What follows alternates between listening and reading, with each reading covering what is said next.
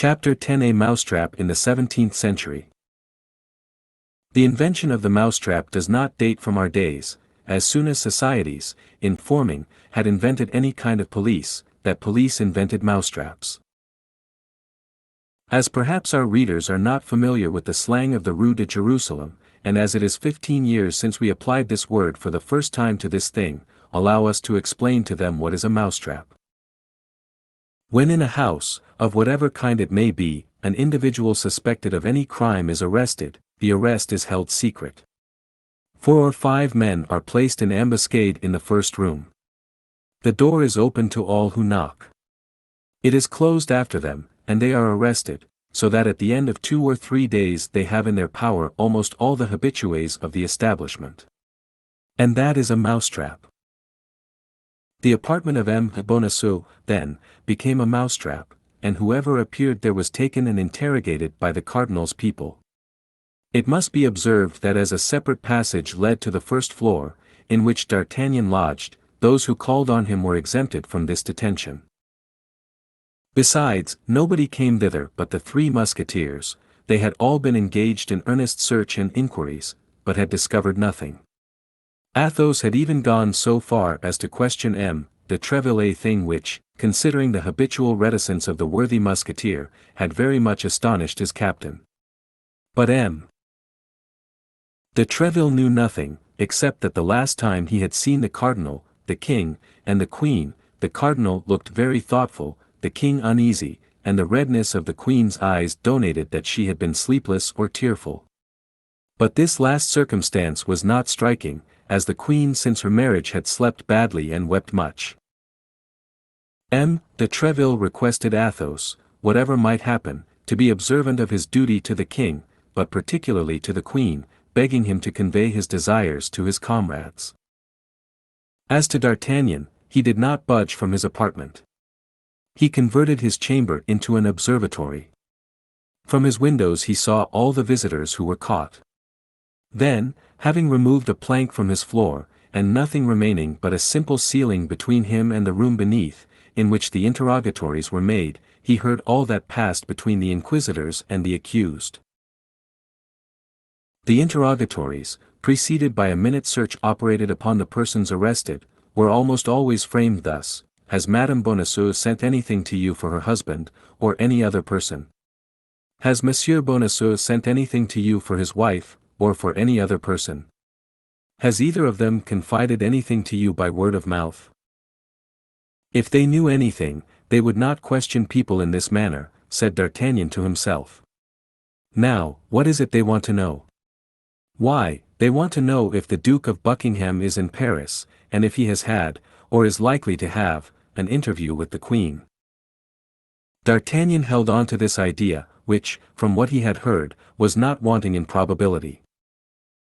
In the meantime, the mousetrap continued in operation, and likewise D'Artagnan's vigilance. On the evening of the day after the arrest of poor Bonacieux, as Athos had just left D'Artagnan to report at M. de Treville's, as 9 o'clock had just struck, and as Planchet, who had not yet made the bed, was beginning his task, a knocking was heard at the street door. The door was instantly opened and shut. Someone was taken in the mousetrap. D'Artagnan flew to his hole, laid himself down on the floor at full length, and listened. Cries were soon heard, and then moans, which someone appeared to be endeavoring to stifle. There were no questions. "The devil," said D'Artagnan to himself. "It seems like a woman. They search her, she resists, they use force, the scoundrels." In spite of his prudence, D'Artagnan restrained himself with great difficulty from taking a part in the scene that was going on below. "But I tell you that I am the mistress of the house, gentlemen. I tell you I am Madame Bonacieux, I tell you I belong to the Queen," cried the unfortunate woman. "Madame Bonacieux," murmured D'Artagnan. "Can I be so lucky as to find what everybody is seeking for?" The voice became more and more indistinct. A tumultuous movement shook the partition. The victim resisted as much as a woman could resist 4 men. "Pardon, gentlemen," murmured the voice, which could now only be heard in inarticulate sounds.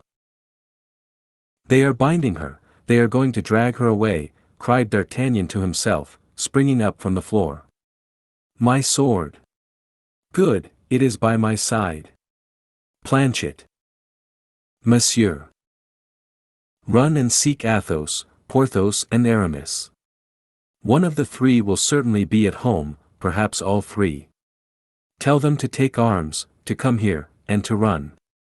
Ah, I remember, Athos is at Monsieur de Treville's. But where are you going, monsieur, where are you going? I am going down by the window, in order to be there the sooner, cried D'Artagnan. You put back the boards, sweep the floor, go out at the door, and run as I told you. Oh, monsieur! Monsieur! You will kill yourself, cried Planchet. Hold your tongue, stupid fellow, said D'Artagnan, and laying hold of the casement, he let himself gently down from the first story, which fortunately was not very elevated, without doing himself the slightest injury. He then went straight to the door and knocked, murmuring, I will go myself and be caught in the mousetrap, but woe be to the cats that shall pounce upon such a mouse. The knocker had scarcely sounded under the hand of the young man before the tumult ceased, steps approached, the door was opened, and D'Artagnan, sword in hand, rushed into the rooms of M. Bonacieux, the door of which doubtless acted upon by a spring, closed after him. Then those who dwelt in Bonacieux's unfortunate house, together with the nearest neighbors, heard loud cries, stamping of feet, clashing of swords, and breaking of furniture. A moment after, those who, surprised by this tumult, had gone to their windows to learn the cause of it, saw the door open, and 4 men, clothed in black, not come out of it, but fly, like so many frightened crows, leaving on the ground and on the corners of the furniture, feathers from their wings, that is to say, patches of their clothes and fragments of their cloaks.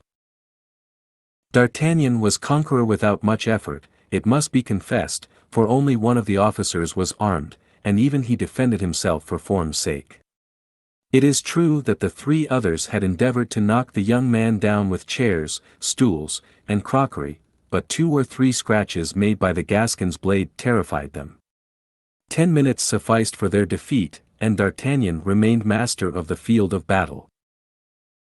The neighbors who had opened their windows, with the coolness peculiar to the inhabitants of Paris in these times of perpetual riots and disturbances, closed them again as soon as they saw the 4 men in black flee, their instinct telling them that for the time all was over. Besides, it began to grow late, and then, as today, people went to bed early in the quarter of the Luxembourg. On being left alone with Madame Bonacieux, D'Artagnan turned toward her. The poor woman reclined where she had been left, half fainting upon an armchair. D'Artagnan examined her with a rapid glance. She was a charming woman of 25 or 26 years, with dark hair, blue eyes, and a nose slightly turned up, admirable teeth, and a complexion marbled with rose and opal.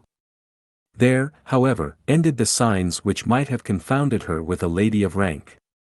The hands were white, but without delicacy, the feet did not bespeak the woman of quality. Happily, D'Artagnan was not yet acquainted with such niceties. While D'Artagnan was examining Madame Bonacieux, and was, as we have said, close to her, he saw on the ground a fine cambric handkerchief, which he picked up, as was his habit, and at the corner of which he recognized the same cipher he had seen on the handkerchief which had nearly caused him and Aramis to cut each other's throat. From that time, D'Artagnan had been cautious with respect to handkerchiefs with arms on them, and he therefore placed in the pocket of Madame Bonacieux the one he had just picked up. At that moment Madame Bonacieux recovered her senses. She opened her eyes, looked around her with terror, saw that the apartment was empty and that she was alone with her liberator. She extended her hands to him with a smile. Madame Bonacieux had the sweetest smile in the world. "Ah, monsieur," said she, "you have saved me, permit me to thank you." "Madame," said D'Artagnan, "I have only done what every gentleman would have done in my place, you owe me no thanks." "Oh, yes, monsieur, oh, yes, and I hope to prove to you that you have not served an ingrate. But what could these men, whom I at first took for robbers, want with me, and why is Monsieur Bonacieux not here?" "Madam, those men were more dangerous than any robbers could have been, for they are the agents of the cardinal, and as to your husband, Monsieur Bonacieux, he is not here because he was yesterday evening conducted to the Bastille." "My husband in the Bastille," cried Madame Bonacieux. "Oh, my God! What has he done? Poor dear man, he is innocence itself." And something like a faint smile lighted the still terrified features of the young woman. "What has he done, madame?" said D'Artagnan. "I believe that his only crime is to have at the same time the good fortune and the misfortune to be your husband." "But, monsieur, you know then I know that you have been abducted, madame." "And by whom? Do you know him?" "Oh, if you know him, tell me." "By a man of from 40 to 45 years, with black hair, a dark complexion, and a scar on his left temple." That is he, but his name?" "Ah, his name? I do not know that." "And did my husband know I had been carried off?" "He was informed of it by a letter, written to him by the abductor himself." "And does he suspect," said Madame Bonacieux, with some embarrassment, "the cause of this event?" "He attributed it, I believe, to a political cause." "I doubted from the first, and now I think entirely as he does." "Then my dear Monsieur Bonacieux has not suspected me a single instant." "So far from it, madame, he was too proud of your prudence, and above all, of your love." A second smile, almost imperceptible, stole over the rosy lips of the pretty young woman. "But," continued D'Artagnan, "how did you escape?" "I took advantage of a moment when they left me alone, and as I had known since morning the reason of my abduction, with the help of the sheets I let myself down from the window. Then, as I believed my husband would be at home, I hastened hither." "To place yourself under his protection?" "Oh, no, poor dear man. I knew very well that he was incapable of defending me, but as he could serve us in other ways, I wished to inform him." "Of what?" "Oh, that is not my secret, I must not, therefore, tell you." "Besides," said D'Artagnan, "pardon me, madame, if, guardsman as I am, I remind you of prudence. Besides, I believe we are not here in a very proper place for imparting confidences. The men I have put to flight will return reinforced. If they find us here, we are lost. I have sent for 3 of my friends, but who knows whether they were at home?" "Yes, yes. You are right," cried the affrighted madame. "Bonacieux, let us fly. Let us save ourselves." At these words she passed her arm under that of D'Artagnan, and urged him forward eagerly. "But whither shall we fly, whither escape? Let us first withdraw from this house, afterward we shall see."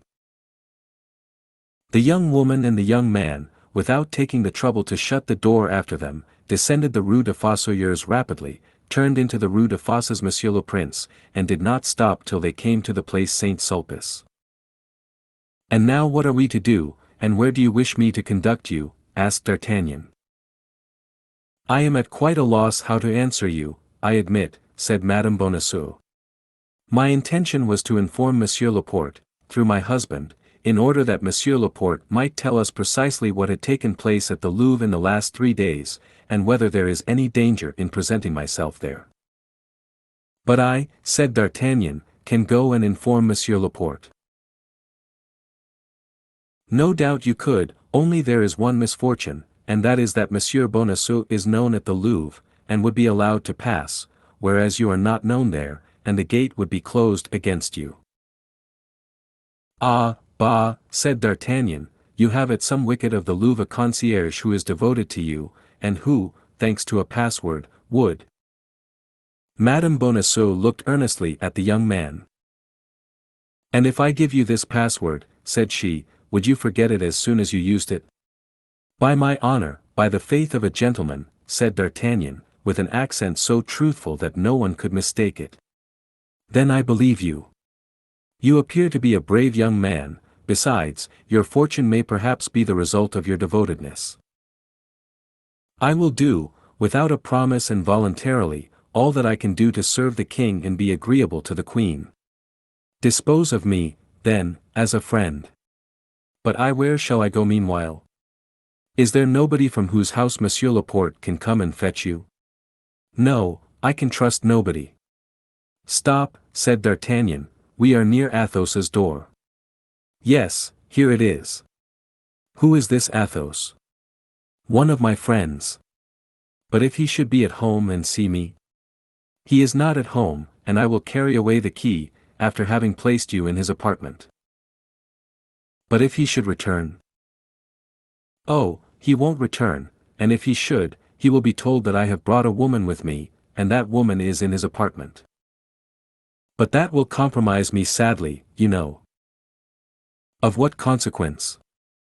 Nobody knows you. Besides, we are in a situation to overlook ceremony. Come, then, let us go to your friend's house. Where does he live? Rue Ferou, 2 steps from here. Let us go. Both resumed their way. As D'Artagnan had foreseen, Athos was not within. He took the key, which was customarily given him as one of the family, ascended the stairs, and introduced Madame Bonacieux into the little apartment of which we have given a description. You are at home, said he. Remain here, fasten the door inside, and open it to nobody unless you hear 3 taps like this, and he tapped thrice 2 taps close together and pretty hard, the other after an interval, and lighter. That is well, said Madame Bonacieux. Now, in my turn, let me give you my instructions. I am all attention. Present yourself at the wicket of the Louvre, on the side of the Rue de l'Echelle, and ask for Germain. Well, and then? He will ask you what you want, and you will answer by these 2 words, Tours, and Bruxelles. He will at once put himself at your orders. And what shall I command him? To go and fetch Monsieur Laporte, the Queen's valet de chamber. And when he shall have informed him, and Monsieur Laporte is come, you will send him to me. That is well, but where and how shall I see you again? Do you wish to see me again? Certainly. Well, let that care be mine, and be at ease. I depend upon your word. You may. D'Artagnan bowed to Madame Bonacieux, darting at her the most loving glance that he could possibly concentrate upon her charming little person, and while he descended the stairs, he heard the door closed and double-locked. In 2 bounds he was at the Louvre. As he entered the wicket of l'Echelle, 10 o'clock struck. All the events we have described had taken place within a half-hour. Everything fell out as Madame Bonacieux prophesied. On hearing the password, Germain bowed. In a few minutes, Laporte was at the lodge. In 2 words D'Artagnan informed him where Madame Bonacieux was. Laporte assured himself, by having it twice repeated, of the accurate address, and set off at a run. Hardly, however, had he taken 10 steps before he returned. Young man, said he to D'Artagnan, a suggestion. What? You may get into trouble by what has taken place. You believe so? Yes. Have you any friend whose clock is too slow? Well, go and call upon him, in order that he may give evidence of your having been with him at 9:30. In a court of justice that is called an alibi. D'Artagnan found his advice prudent.